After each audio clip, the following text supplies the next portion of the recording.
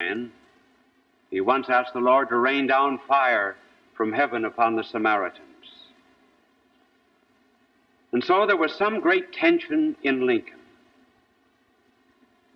And he became great because he was able to reconcile those opposites. Now, what were they?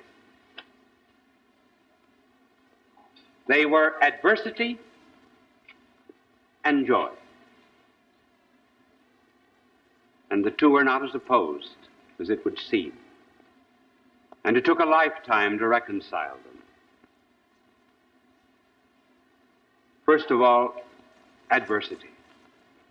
He had to pay the penalty of success even as a young man.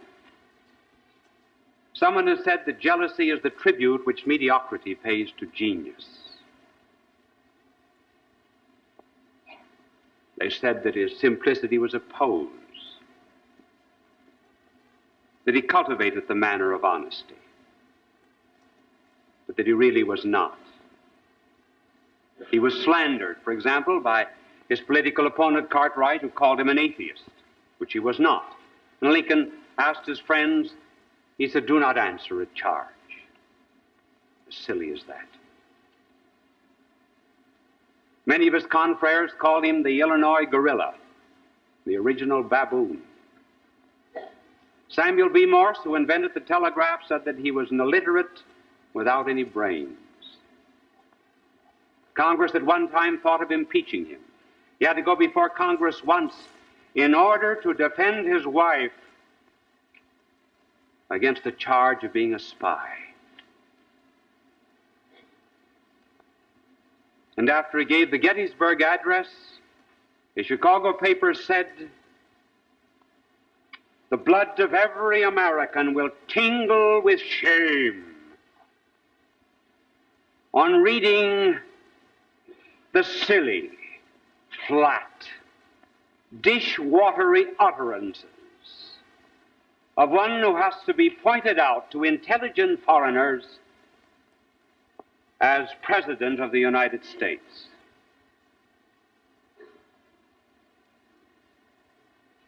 And then there were other adversities besides slander, great sorrow. When he was a young man, he fell in love with Anne Rutledge. She was only 18.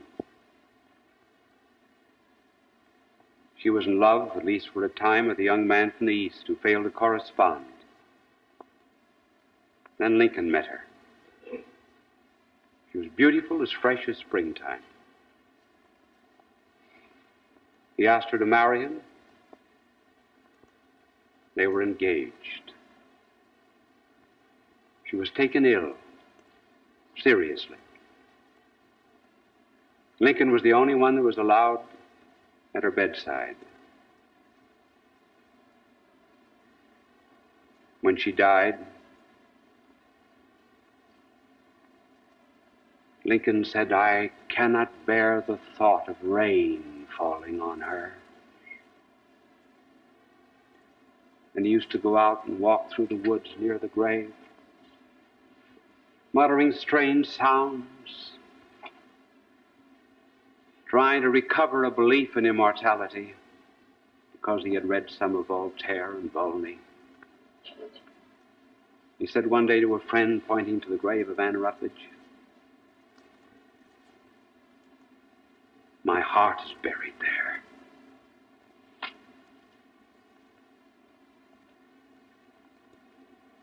And yet, with all of that adversity, on the other side, there was something else. There was a joy. A superficial joy and a profound joy. Now, when we speak of joy, let it be understood that joy is not the same as pleasure. Pleasure belongs to the body, joy belongs to the mind.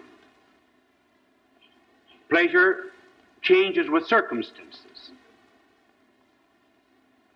For example, we are enjoying ourselves in one place or one condition and not in another. Joy, however, is rather constant. Pleasure changes with the years. We do not have the same kind of pleasures when we're old as when we're young. But joy remains always the same. Now, Lincoln had a joy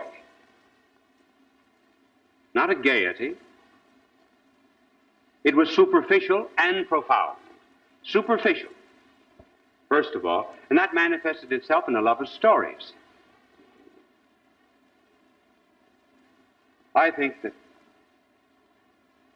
the incidents that he very often recounted were just a kind of a surface manifestation of something that was really very, very happy down deep in the inside, particularly as adversity increased. One day, Mrs. Lincoln came up to the room they left a White House reception. One of the boys was sick. She had a big, long train on her dress, low-neck dress. Lincoln looked at her and said, "Cat has a long tail tonight, dear. Might help if some of the tail were cut off and wrapped around the head." When he was debating Douglas, Douglas said, "My opponent has been a failure at everything. He was a failure behind a grocery store. He was a failure even in the forests. He was a failure even behind a bar because he sold drinks." And Lincoln said, "Yes, Douglas, and you were on the other side and not a failure in drinking them either." At one time, someone said to him, "Mr. Lincoln, we've never heard you swear or blaspheme. Why is that?" Well, he said there was never any need of swearing as long as I had Stanton in the cabinet. Two women, it said, were discussing the relative merits of Jefferson and Lincoln. And one woman said, "You know, Jefferson was a praying man." And the other one, defending the president, said, "But Lincoln is a praying man." "Yes," she said, "I know, but the good Lord can never tell whether or not he's joking." Lincoln said that he never invented a story, that he did not have a wit. He said he was just a retailer of stories. And they got him out of many, many jams and difficulties. But all these things were superficial. Sometimes they illustrated even a domestic policy. He told about a red-haired mother who had 12 children. And he said that she would spank them and whip them and so forth, but she said to her neighbors, "You stay out of this. This is my quarrel, and we settle everything in this house." And Lincoln said, "We settle everything in the United States, and we want no one interfering in our business." But then came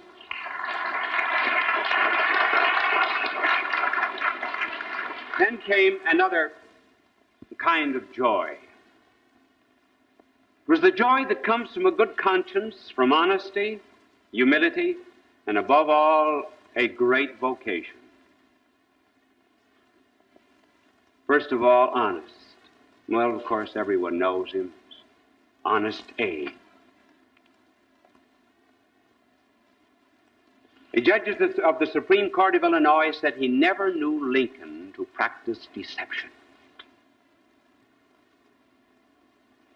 On one occasion, his political opponent, or rather his opposing lawyer in a trial, said to the jury, "They call him Honest Abe. He's not honest. He's just clever. He wears a mask. He's an actor. Doesn't believe what he says." And Lincoln said, "You have known me for many years. Is that true?" And the lawyer bounded to his feet and said, "No, it's a lie. And I take it back." One day he said to a client, he said, "From the point of view of law, you have a case. From the point of view of equity and justice, you have none. He said, you know, if I took your case and I went before a jury, my conscience couldn't be in it, and I would be saying to myself all the time that I was talking, Abraham Lincoln, you're a liar. And he said, you know, I might even say it out loud.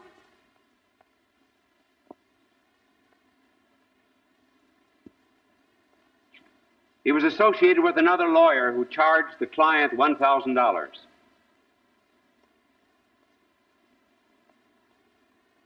And Lincoln said to the client, you've been overcharged. I will charge you nothing.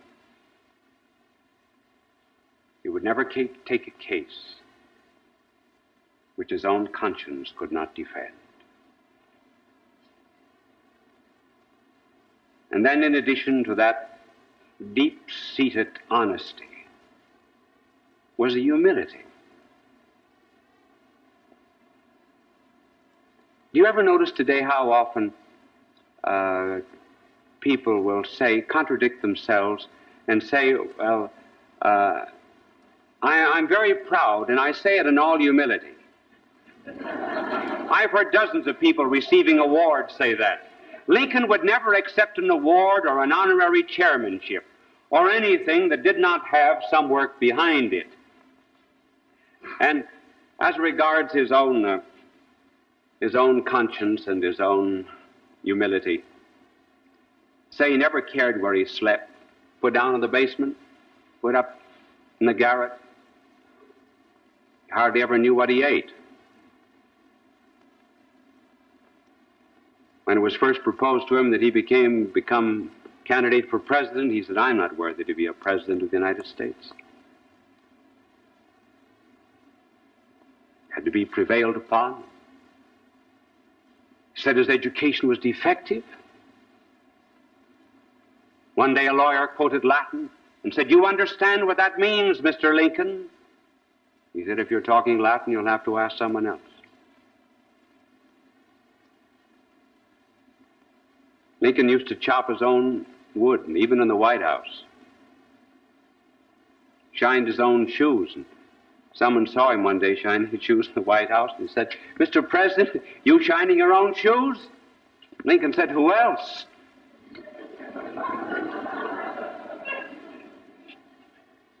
And one day, or not one day, but on many occasions, he used to annoy Mrs. Lincoln considerably because he would always open the front door for the visitors.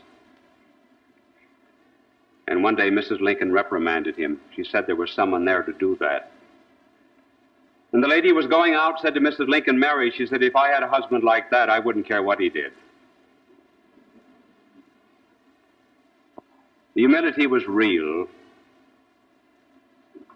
and genuine. And as the years went on, he began to see more and more that he owed everything to a power above him. And then allied with that was a sense of a vocation, which he received very early in life, and which never seemed to leave him. He went down the Mississippi as a young man, got off in New Orleans, walked around the French Quarter, Spanish Quarter, and then came to a slave market. He went in with John Hanks. There was the auctioneer standing on a cracker box. All about the room were slaves, stripped to the waist. Prospective buyers were going around, opening their mouths, looking at their teeth, judging them like they might judge a horse. Others forced the slaves to run around the room, see if they had good wind, if they were strong enough for slave labor. And others turned lecherous eyes on the women they bought.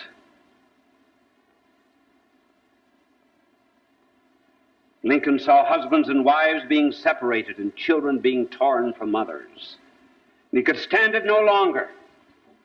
And he turned to John Hanks and he said, "Someday I'm going to hit that institution, and I'm going to hit it hard, by the eternal God."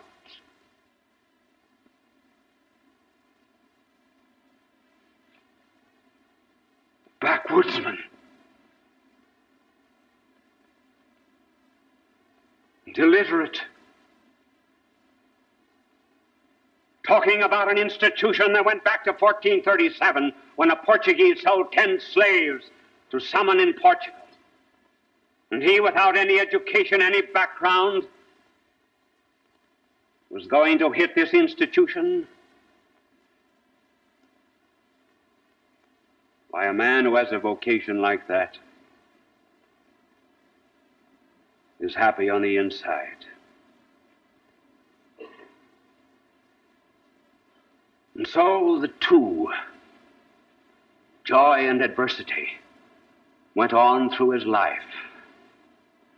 And some biographers will take the joy and make him out to be a humorist, and others will take the adversity and make him out to be melancholic. No, if you see the depth of character, you see the two fusing, because the two are not inseparable. The two can coexist. It's well to remember, for example, that the only night that our blessed Lord ever sang was the night that he went out to his death. And the greatest discourse that he ever gave on joy, and it was the only time he ever spoke on joy, was the night that he went out to die. Paul and Silas sang in prison. There's such a thing as having joy before one, therefore being able to bear any kind of adversity. And that's the making of a great character. Any man who's been through any kind of suffering and borne up under it, and seen it come from the hand of God, he has a joy on the inside that no one can take away from him. And as time went on, it was joy that came out of this adversity and this vocation. So he had a presentiment of death, certainly. He did. He dreamed about it. He dreamt about it one night in Springfield in 1860. He was on a couch. He was looking at a mirror in the far end of the room. And he saw two faces. His own. First one, clear, lifelike. The second, dull and ghastly. He got up from his couch and walked up before the mirror, and two images vanished, came back again to his couch and looked, and there was the clear one, and there was the dull one. He went to Mrs. Lincoln, and he said, "What does it mean?"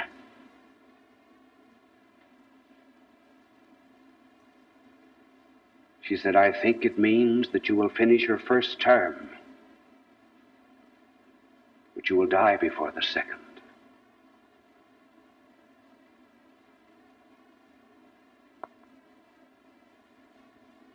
And then, 1865, one night he was very quiet. Mrs. Lincoln said to him, "You seem troubled." "Yes." Said, "I've been troubled about a dream." And he said, "What is strange is that in the morning when I woke up, I took up the Bible and I turned it over. And every page that I turned was the page about a dream or a vision, beginning with the vision of Jacob and the angels ascending and descending the ladder.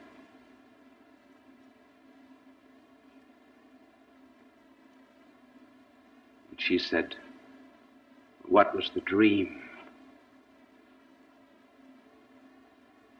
He said, "I went to bed rather sad. I was worried about reports from the front. And I fell asleep, and I was not asleep very long. When in my dream I got up and I went downstairs to the first floor of the White House. And everywhere I walked, I heard people moaning, crying, I could see no one. Went from one room into another. Not a person was to be seen. But everywhere, like the roar of a sea, a moan and a cry was going up. I went into the East Room. And there in the East Room, I saw a coffin. Round about the coffin were soldiers. And I said, "Who's dead?"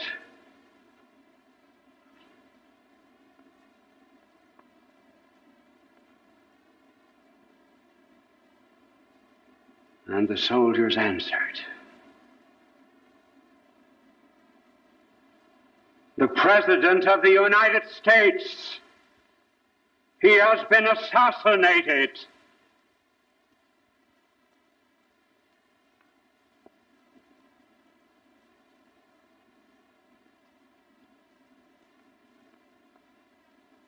That was my dream.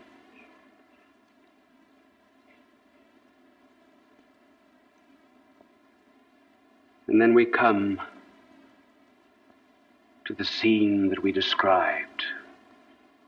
The day that he and Mrs. Lincoln were out for a ride. And she said, "You're very cheerful." He said, "This is the happiest day of my life." It was Good Friday.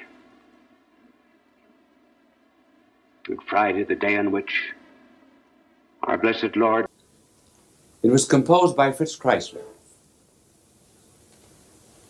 I once went to Fritz Kreisler and asked him if he would compose some introductory music for this show. And he said yes. He said, "I've done many pieces that I've not yet had copyright. I will give you about 30 of those, and you choose the one you want." Well, the one I liked was entitled The Vienna March. But of course, I couldn't come out marching on the stage. So I said to Mr. Kreisler, I said, "Would you please turn it into a waltz?" That didn't mean I was going to come in waltzing either. Although I do a step backstage before I come on when I hear it. And he said, "We can't put it in waltz time. It's impossible." And I said, "But Mr. Kreisler, I can't march on the stage. Please do it in waltz time." He said, "It can't be done." Well, I said, "Sit down at the piano and try it." "No, no, no." I said, "Just 2 measures." So he sat down, played 2 measures, and he said, "See, I told you it can't be done." And with that, Mrs. Kreisler, who was sitting there, said, "Fritz is in his no mood tonight." She said, "You stay here." So Mr. and Mrs. Kreisler left the room, and they went back to another part of the apartment where there was another piano. And in a few minutes, I heard the strains of all of this coming in waltz time.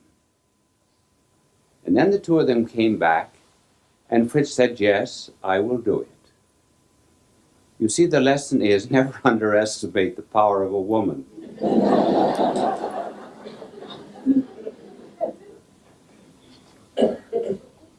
We are talking in this telecast on temptation. Remember what Oscar Wilde said about it? "I can resist anything but temptation." But not only how it starts, but rather its end phase, what is called compulsion. We often hear it said, "Oh, he's a compulsive drinker. He's a compulsive smoker. He's a compulsive thief." How does one become compulsive? Well, let us start now describing how that starts in various stages. Because of the prevalence of detective and mystery stories, I may introduce agents here and there. This is the mind, this is the top of the mind, conscious person. And down below the mind, there is considerable amount of flammable material. Now, they can be reduced to 3 types, this material. One, there is sex, the flesh in all of its phases. Nothing wrong here. We are just considering impulses. Then secondly, there is the ego, the desire for power. And then finally, outside of the body and outside of the mind, this is the mind here, there is also in us a desire for things. We like to have possessions, property.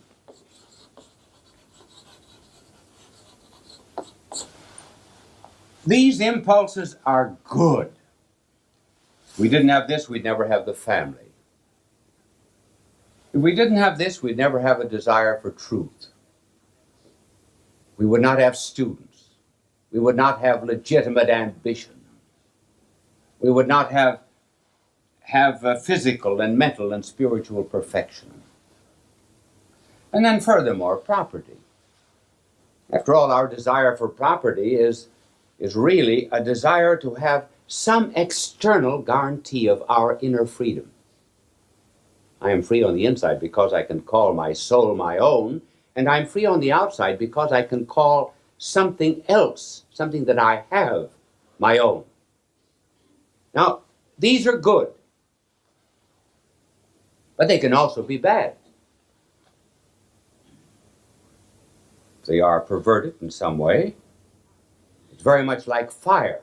Fire is marvelous in a hearth, but it's not good in your bedclothes. And so, these are good in their proper place. After all, what is dirt? Dirt's nothing but matter in the wrong place. And so these can be sometimes in the wrong places, and then this might be a tiger, and this might be a lion, and this might be a pack rat.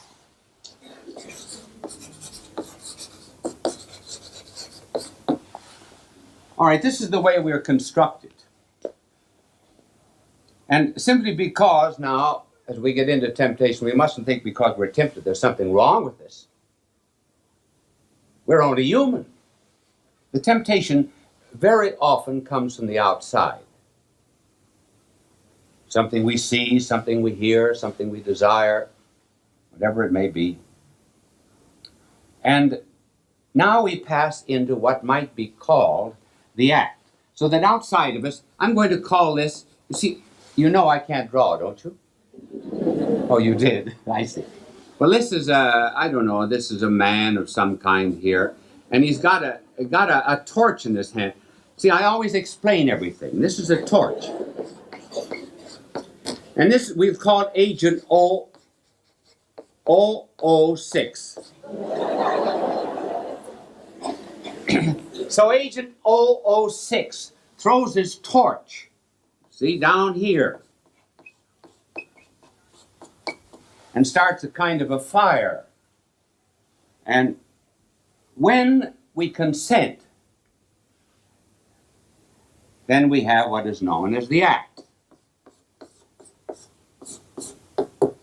Now, when we consent, then we may say, well, in the first act, when we're a tiger, we say, what difference does it make? Everybody's doing it. The mores have changed. You just drink the water, you forget the glass. Because when we do wrong, we always justify. Then for power, the ego, why should anybody tell me what to do? After all, I'm a powerful engine.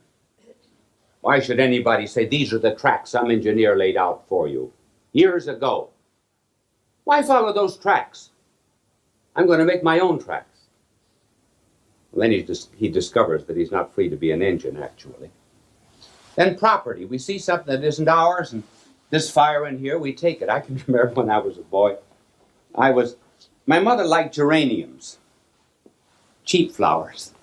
And I was passing Madden's grocery store one day home from school. I think I was about 7. And I saw geraniums in a tin can out in front of Madden's store. And one of the cans was in a beautiful bloom. It had a nice red geranium on it. And as I went by the grocery store, I snipped a geranium. And when I got home, I said, Mother, here's the geranium. She said, where did you get it? I said, Madden's grocery store. How much did you pay for it? I said, nothing.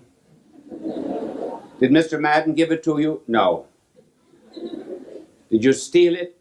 Yes. I think the geranium was marked either 5 or 10 cents for that tin can. She said, you go to your piggy bank, shake a quarter out of it, and go back and give the quarter to Mr. Madden. Well, I said, it isn't worth a quarter. It's worth only a dime. Well, she said, this is to teach you not to steal any geraniums. Well, do you know that on account of that 15-cent overcharge, I've never stolen a geranium since?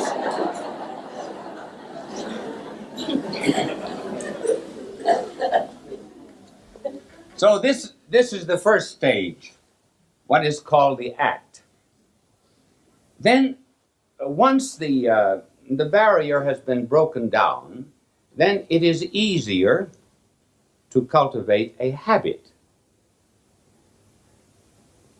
And the habit is the next stage. So that little agent 006, he now changes his number. And he's now agent 066. Because now he's on the inside, and he begins to work now on the person, and just as even silken threads are very easy to break, but if you would mix together thousands and tens of thousands of them, they would make a rope that you could not possibly break. And so a habit is a result of multiple acts. In relationship to drink, it's here, let's take a drink. That's all right. Then drinking begins to be, after a while, what might be called a kind of a habit. Now, the habit is easy enough to understand. The habit is easy enough to break. But then there comes another stage.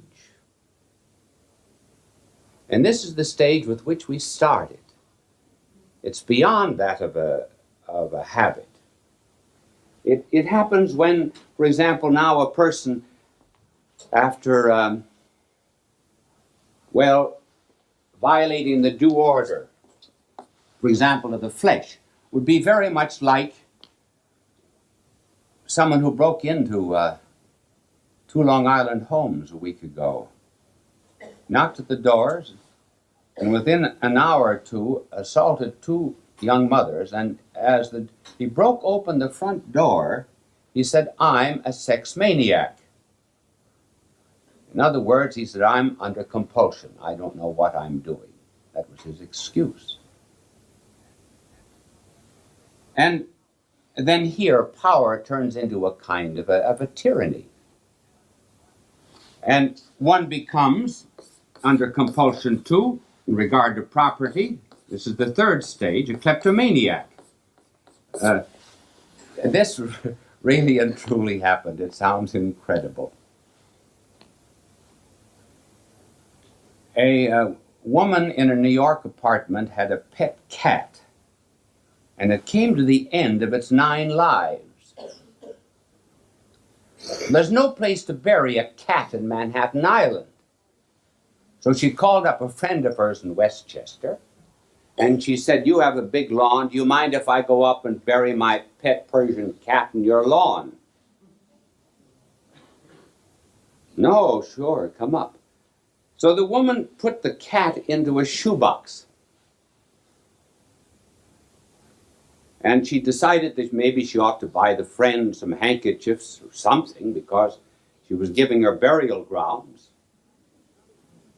She stopped into a department store, and as she was looking at handkerchiefs, she put the shoebox alongside of the handkerchief. When she'd made the purchase, lo and behold, the shoebox was gone. She called a floor walker. She said, "I had a box here. Now it's gone." Floor walker said, "Don't be disturbed. Very often these kleptomaniacs, these compulsive thieves, as soon as they steal anything, they take it up to the ladies' room. So let's go up there." And there they found the box open, the dead cat there, and a woman fainted alongside of the dead cat.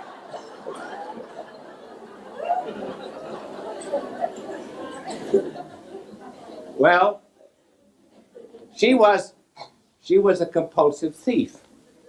So compulsion can be in any one of these stages. Now, when one reaches this stage,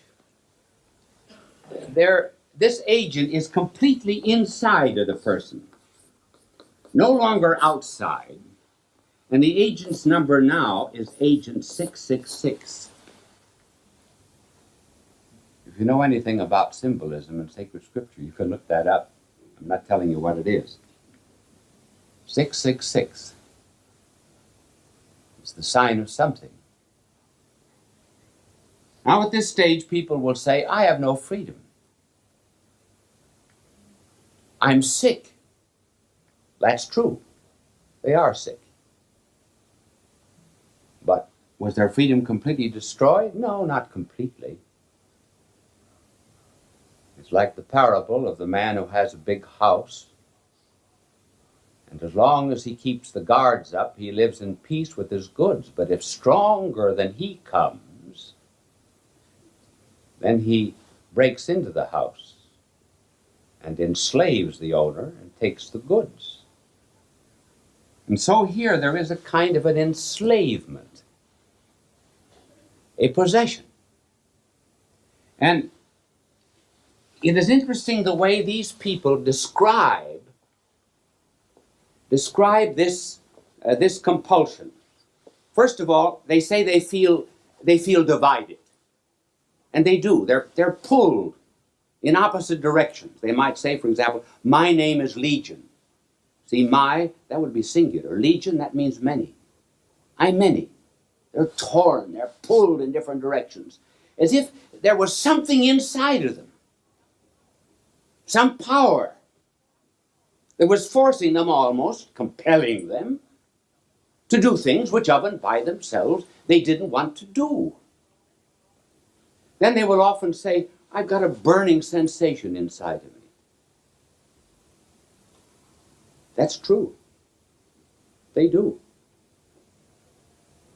Perhaps the best way to describe that is you put a piece of burning coal on your hand, and your hand aches, burns, more than aches. It burns because there is no affinity between your hand and that hot coal. So there's disaster. So too, there's no affinity between the human personality and these excesses. And the result is that one feels burnt, destroyed, spoiled, and invaded by some power from the outside. And therefore, that is really a very good description of what goes on. Now, those who say, psychiatrists who say these people are sick, well, that is true. To a great extent, they are sick, but their freedom is not completely and totally destroyed. And then they are in despair, And why in despair? Because they can't see a way out. That's why some of them are driven to suicide. Now, this is a tragic situation, but it's not impossible. One must remember that though there is, for example, invading here, just simply the mind here, though there is invading the self or the mind, this agent 666 that's in here, this mind of ours is not completely closed. It's possible for something else to get in. And when people are under any compulsion, you can never, never drive out a compulsion. Drink or anything else. You can't drive it out. You have to crowd it out. Oh, crowding out is a little different. When you crowd something out, you're putting something else in. For example, if I brought several hundred other people into this studio, it might crowd you out, but there would be several hundred other people here. So there is such a thing as the power of an expulsive affection. You have to introduce something new. Now, let me tell you a true story about this compulsive affection. Some years ago, there was a woman came to see me. She told me she was a compulsive alcoholic. She said she spent $8,000 a year on alcohol. And she said, I have been 4 times in the city hospital with delirium tremens in the past year. And she said, whenever I go on a bout, and it's very often, I lock myself in my bedroom. And I don't know what happens to the key. She said there's utter chaos after a week or 2 of this. This morning, she said, I was out walking in the park and your name came to me. So I came to see if you could do anything for me. Well, I said, I'm afraid I can't, because I said, you love alcohol more than you love anything else in the world. He said, that's right. Therefore, I said, the only way that I can help you is to introduce you to something that you might love more. And if I could ever bring you to a knowledge of another love, maybe we could crowd this out. Where do you start drinking? She mentioned the name of the bar. So I spent about an hour and a half with her explaining to her divine love. In other words, I was trying to bring something else in. Another kind of love. Now I said, tomorrow, when you go to that bar and you put your hand on the door to go in, you ask yourself, do I love this drink more than I love the good Lord and all that that means? And then come back, drunk or sober, and tell me how you are. Well, it was the end of her alcoholism. She completely straightened out. Now, the point that I am making is, if we think these people are wholly sick, just like a person with cancer, we're very apt to preclude the possibility of another kind of temptation. Why is it that whenever we speak of temptation, we always speak of temptation as something that inclines us to